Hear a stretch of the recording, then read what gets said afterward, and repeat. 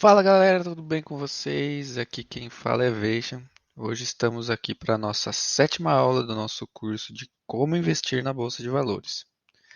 Nessa aula vamos falar de análise fundamentalista. Vamos falar o que é, introduzir os principais princípios, diferenças para análise técnica, por que usá-la, vantagens e desvantagens, principais indicadores e no final vamos introduzir o conceito das duas técnicas mais utilizadas de valuation, para então trazer exemplos detalhados delas nos próximos vídeos. Lembrando que teremos um curso completo sobre análise fundamentalista e valuation, totalmente gratuito. Então, se inscreve no canal e ative os sinos de notificações para você não perder esse curso que estamos preparando para vocês. O que é análise fundamentalista, então? É a análise dos fundamentos de uma empresa, que busca entender a expectativa de crescimento e do lucro no médio e longo prazo, de forma a determinar um valor aproximado dos ativos dessa empresa. Agora vamos falar dos principais princípios da análise fundamentalista. O primeiro deles é o estudo da situação financeira, que é basicamente realizado por meio do estudo dos dados financeiros do negócio, verificar a contabilidade, dívidas e etc. O segundo princípio, então, é o posicionamento estratégico, onde deve-se analisar os atributos e benefícios do produto dessa empresa, associando a marca a certas características ou certo valor benéfico, o preço do produto, a qualidade do produto, o seu uso e aplicação, quais os concorrentes, se ele é exclusivo ou não, a situação atual do mercado, analisar a concorrência. O terceiro princípio, então, é o cenário macroeconômico. Essa etapa deve-se considerar dados como o PIB do país, índice de inflação, taxa de câmbio, taxa de juros, o nível de renda, entre outros. Por exemplo, normalmente quando um país está em recessão, o crescimento das empresas locais tendem a desacelerar. E sem dúvida, essa é uma informação interessantíssima para o investidor. Além disso, expectativas quanto ao crescimento econômico, inflação e juros são fundamentais para entender os movimentos da bolsa de valores. Ou seja, um primeiro passo para fazer uma boa análise fundamentalista é enxergar como anda a economia local. O quarto princípio, então, é a análise do setor de atuação de uma empresa, que resume-se em identificar as variáveis que determinam a lucratividade. Ao se analisar um determinado setor, o analista deve avaliar a influência e o grau de competitividade entre os concorrentes, a facilidade de novos entrantes, a disponibilidade de produtos substitutivos, o poder dos compradores e o poder dos fornecedores em um setor, além de realizar previsões sobre possíveis mudanças futuras. O quinto princípio, então, são as áreas de investimento. Basicamente, é avaliar onde a empresa está investindo os recursos para o seu crescimento e quais os objetivos da empresa. Vamos falar agora um pouquinho de buy and hold. Ele surgiu com Benjamin Graham, grande influenciador de Warren Buffett. Benjamin Graham utilizava esse termo como prerrogativa de comprar uma ação e aguardar a valorizar até o potencial esperado, ou seja, comprar ações baratas que iriam valorizar no médio e longo prazo.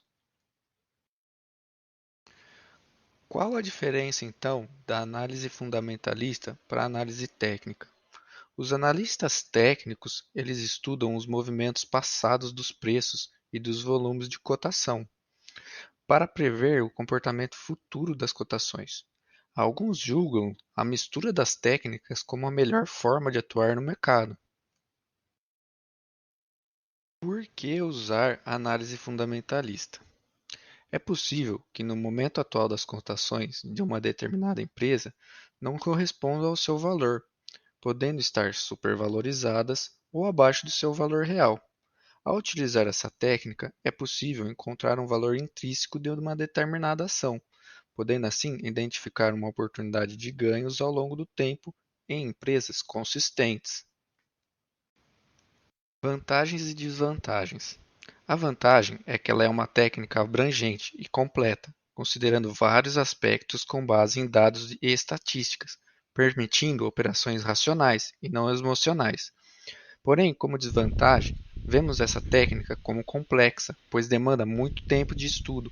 Os analistas precisam adquirir experiência ao utilizar ela. Muitas vezes, por ter diversas formas de avaliar, pode ser determinar valores diferentes para uma determinada ação. Vamos estar falando agora dos principais indicadores. O primeiro que vamos estar falando é o PL, preço sobre lucro. Para calculá-lo, é preciso dividir o preço de uma ação, que é a sua cotação na bolsa de valores, pelo lucro líquido da empresa por ação. Normalmente, ao realizar a conta, toma-se como base o valor projetado do lucro líquido para os próximos anos. Também é possível utilizar o resultado do último exercício como referência. O PL indica o número de anos necessários para o investidor receber de volta o valor que investiu sob forma de dividendos.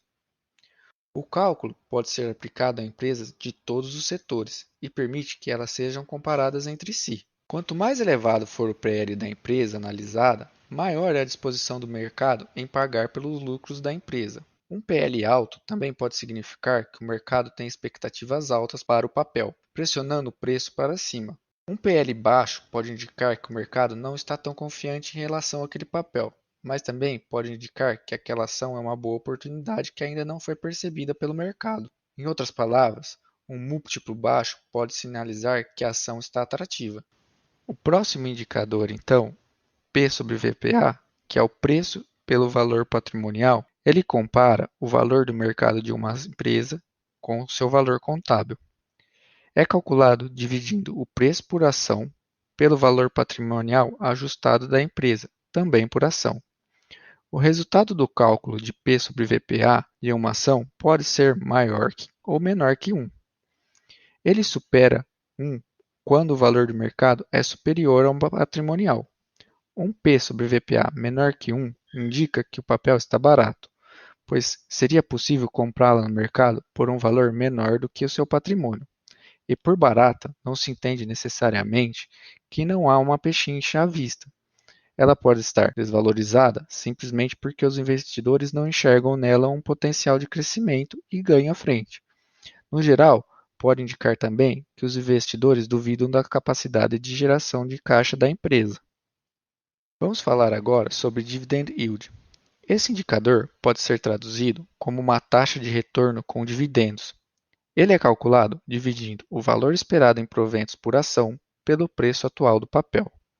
De modo geral, pode-se dizer que quanto mais alto é o dividend yield, melhor para o acionista, pois maior será a rentabilidade com dividendos do investimento. Essa análise, no entanto, deve ser feita com cuidado. Uma ação que esteja muito desvalorizada por apresentar um dividend yield alto, o que não significa que ela será sempre um bom investimento. O indicador é bastante eficiente para comparar ações de negócios estáveis. Já no caso de empresas em crescimento, que usualmente preferem reinvestir o lucro a distribuí-los aos acionistas, aplicar o dividend yield na análise faz menos sentido, pois muitas vezes elas só pagam os proventos para cobrir as obrigações legais. Vamos falar agora sobre o ROI, que é o retorno sobre o investimento. O ROI representa o retorno sobre o total de investimentos realizado pela empresa. De maneira mais simples, representa a capacidade dos ativos da companhia de gerar lucro. Um ROI de 0,3 ou 30% indica que cada R$ 1 do ativo da empresa geram 30 centavos de lucro. Ele é calculado pela divisão do lucro líquido registrado durante um exercício pelo valor total do ativo. O EBITDA. O EBITDA representa o resultado das operações da empresa, ou seja, ele indica quanto as suas atividades principais estão gerando lucro, sem incluir nessa conta possíveis investimentos financeiros, empréstimos ou impostos. O último indicador que vamos estar falando aqui é o lucro líquido. Ele é o resultado contábil final da empresa, que mostra o quanto sobrou no caixa após a dedução de todos os custos e despesas, incluindo juros, impostos, depreciações e amortização. Agora iremos falar sobre o que é valuation.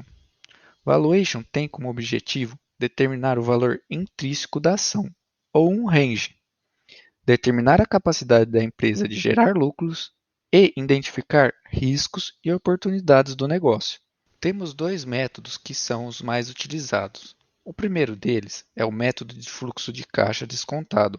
Esse método é um método para avaliar a riqueza econômica de uma empresa, dimensionada pelos benefícios de caixa a serem agregados no futuro e descontados por uma taxa de atratividade, que reflete o custo de oportunidade dos provedores de capital. Vamos ter um vídeo específico sobre esse método, que é o mais utilizado no nosso canal. Um outro método que estaremos abordando no nosso canal é o método de comparação de múltiplos. Nesse método, a comparação de múltiplos entre as empresas do mesmo setor é a forma de se ver se uma empresa está valorizada em relação à outra. Em breve vamos estar trazendo no nosso canal exemplos de valuation e vídeos explicando os métodos mais utilizados. Portanto, se inscreve no canal, ativa o sino de notificações aqui embaixo. E é isso então. Bom estudo a todos e até a próxima.